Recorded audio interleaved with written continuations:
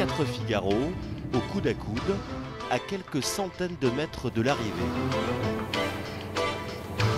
La première étape de la Walk Up Istanbul a tenu toutes ses promesses, avec un final à suspense devant les côtes de Sicile.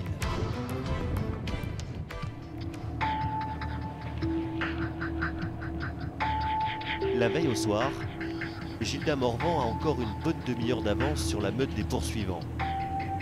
Le gaillard du Finistère mène la danse depuis 2 jours et s'offre un coucher de soleil presque pour lui tout seul.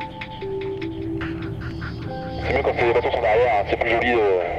Ça, tu tournes la tête, tu vois les jolis bateaux derrière, c'est pas très bien quand il y en a devant. Non, c'est parfait là, faut que ça reste comme ça.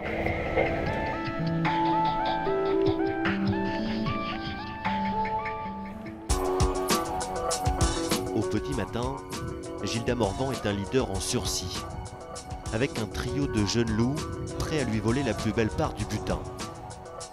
Piégé par le vent qui s'effondre à l'approche de la côte, Cercle Vert sauve finalement sa place à Ragusa avec une toute petite minute d'avance sur François Gabard.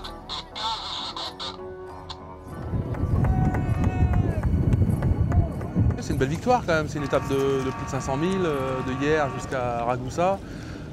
C'était une belle étape, des conditions variées, du Mistral, du petit temps sur la Sardaigne, du vent d'est, du vent d'ouest, un peu tout, du spi, du près, donc c'était varié, intéressant tactiquement.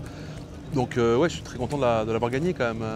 Comme j'étais devant régulièrement, j'aurais été déçu de ne pas l'emporter.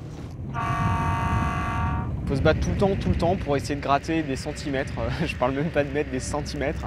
Et par contre, au fur et à mesure, en cumulant des centimètres et des mètres, on arrive à faire des petits écarts. Et c'est sûr que c'est laborieux et c'est dur parce que des fois, on se bat pendant des heures et des heures pour reperdre tout en quelques secondes, surtout sur une course comme celle-là en Méditerranée où la météo est parfois assez difficile. Donc on peut se battre pendant des jours et tout perdre en quelques minutes, quelques secondes.